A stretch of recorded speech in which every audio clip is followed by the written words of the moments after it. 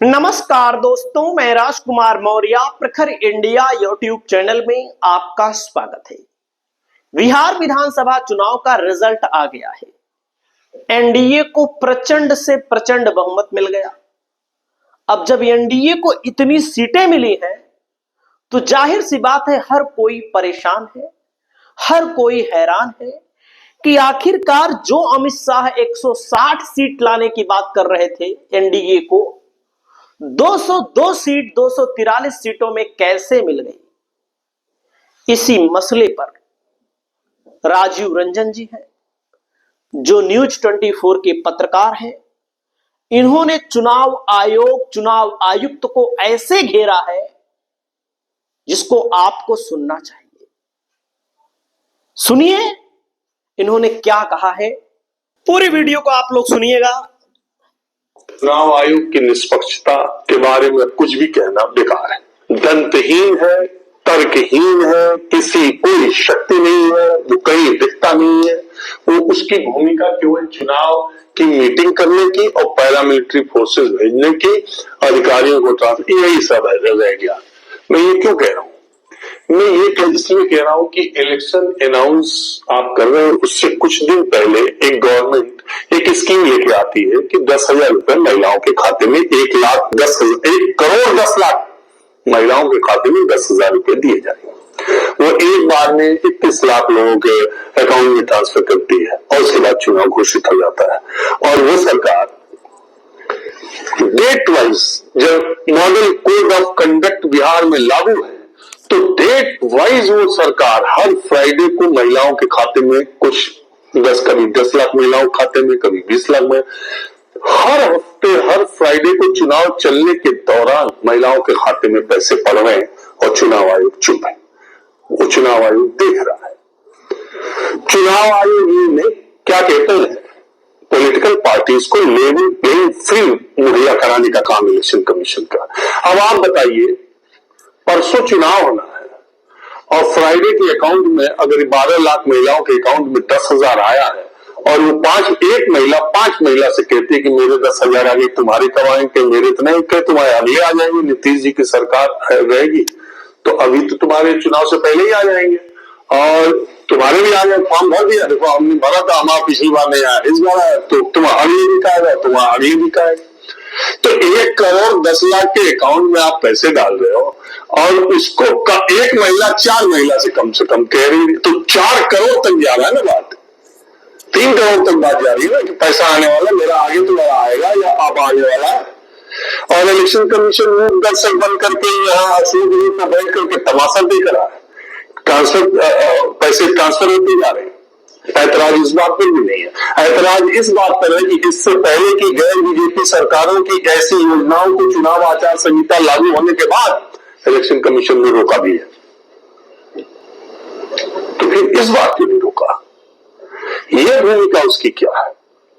अगर आप हरियाणा और महाराष्ट्र के चुनाव की बात करते हैं, मैं राहुल गांधी जो वोट चोरी की बात करते हैं, उनके तर्क, उनकी टीम, उनकी बातों, उस पर नहीं जाता, चुनाव आयोग को जवाब देना चाहिए।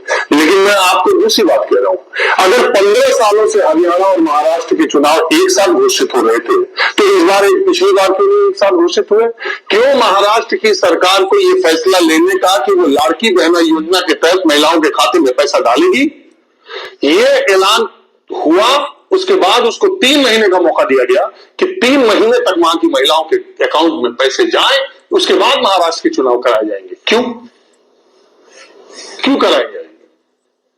जब 2019 में दोनों के चुनाव साथ हुए, 2014 में दोनों के चुनाव साथ हुए, 15 सालों से 3 बार से दोनों हरियाणा महाराष्ट्र के चुनाव एक साथ हो रहे थे, तो फिर चुनाव आयोग का क्या तर्क है कि उसने महाराष्ट्र में लेट किया? तो अगर सामने देखो तो ये दिखाई देता है कि उसने 4 जून को हारे थे इलेक्शन, लोकसभा का चुनाव, 28 जून मुझे जहां तक याद आता है सिंध सरकार ने फैसला लिया और उसके बाद तुरंत 3-4 महीने गया अकाउंट में महिलाओं के अकाउंट में पैसे डालो, चुनाव जीतो। ये अच्छा तरीका निकाल लिया शासन में बैठने वाले लोगों ने। अगर दिल्ली में केजरीवाल सरकार एनडी न होते और पैसे ट्रांसफर कर दिए होते तो फिर केजरीवाल 62-64 सीटों पे आते, लेकिन केजरीवाल नहीं कर पाएंगे, तब एनडी उसमें फाइल लटकाएंगे।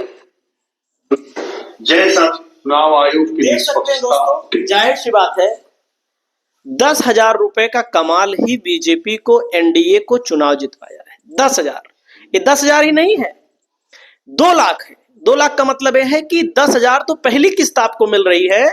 अगर आप नीतीश कुमार को चुनाव जितवा देंगे तो ये धीरे धीरे फिर आपको 2 लाख रुपए तक मिलेगा।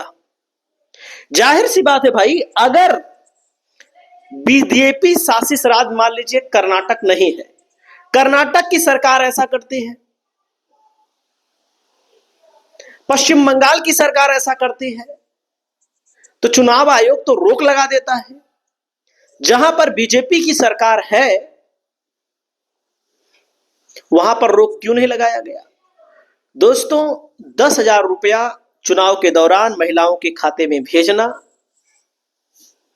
यही विपक्ष को घाटा कर गया। विपक्ष मान लीजिए बीजेपी हार जाती, चलो ठीक है, एनडीए मजबूत था इसलिए कि चिराग पासवान उनके साथ थे, उनके साथ नीतीश कुमार थे, बीजेपी थी, क्योंकि बिहार में 2 बड़ी पार्टियां जिसके साथ रहती हैं उसी की सरकार बन जाती है। लेकिन इतनी सीटें आ जाएंगी, ये चुनाव आयोग की निष्पक्षता पर सवाल उठाता है। और राजीव रंजन जी ने सवाल भी पूछा है चुनाव आयोग से, क्या चुनाव आयोग इसका जवाब देगा? ज्ञानेश कुमार जो अपने आप को निष्पक्ष कहते हैं, इसके पहले राजीव कुमार थे, वो भी अगर कोई पत्रकार सवाल पूछता था तो शायरी करके बातों को टाल देते थे और मुख्य बिंदु पर बात नहीं करते थे। तो दोस्तों, यहां पर अलग अलग पत्रकार यहां पर सरकार से भी सवाल पूछ रहे हैं, चुनाव आयोग से भी सवाल पूछ रहे हैं। ये चुनाव नहीं है, ये सीधा सीधा चोरी है। इसी को कहते हैं वोट चोरी, डायरेक्ट इसको कहते हैं वोट चोरी, वोट का खरीदना। और बीजेपी ऐसी पार्टी है, बीजेपी के ऊपर जब बीजेपी के नेता ने आरोप लगाया, आरके सिंह ने आरोप लगाया कि अडानी को बिहार सरकार द्वारा 1,000 करोड़ रुपए का बिजली का बिल का फायदा पहुंचाया गया, बिजली सप्लाई का फायदा पहुंचाया गया, करीब 60,000 करोड़ रुपए उसमें बताया गया था।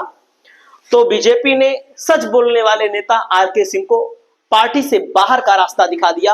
अब इनके ऊपर बीजेपी की तरफ से कार्यवाही भी होने वाली है। आप देखिएगा आने वाले समय में कार्यवाहियां अन्य तरीके से भी होती हुई दिखेंगी। यहां पर आप देख सकते हैं बिहार विधानसभा चुनाव 2025 में जब परिणाम आ चुका है, 202 सीटों पर बीजेपी जीती है, 35 सीटों पर महागठबंधन सिमट गया है, जनसुराज को कोई सीट नहीं मिली है। तो जब इलेक्शन कमीशन का आंकड़ा गया है तो महागठबंधन को 37.3% वोट मिला है, जो 2024 लोकसभा चुनाव में 40.1% था, यानी कि 2.8%, करीब 3% गिरावट हो गई है। यहाँ पर यादव, मुस्लिम, कुछ दलित अभी भी मजबूत हैं। और लेकिन एंटी इनकम्बेंसी वोट बिखर गया। आरजेडी का व्यक्तिगत वोट 23% के आसपास रहा, जो स्थिर है। एनडीए की बढ़त मुख्य रूप से गठबंधन एकजुटता, छोटे दलों की उनके फोल्ड की वापसी से, महागठबंधन से सीधा ट्रांसफर कम दिखता है। एनडीए, बीजेपी, जेडीयू, एलजेपी आर अन्य को 47.2% वोट मिला है। दोस्तों, 2024 लोकसभा में एनडीए को जो 48% करीब था, मुख्य रूप से एलजेपी, आरवे की, रामविलास के एनडीए में वापस आने से 5 से 6% वोट पहले बिखरे थे, मतलब कि इससे थोड़ा से फायदा हो गया। तो दोस्तों, कुछ भी कहें, बीजेपी ने चुनाव जीता है और बीजेपी को जीत की बधाई, लेकिन ये चुनाव नहीं है, ये चोरी है और चुनाव आयोग इसमें संलिप्त है।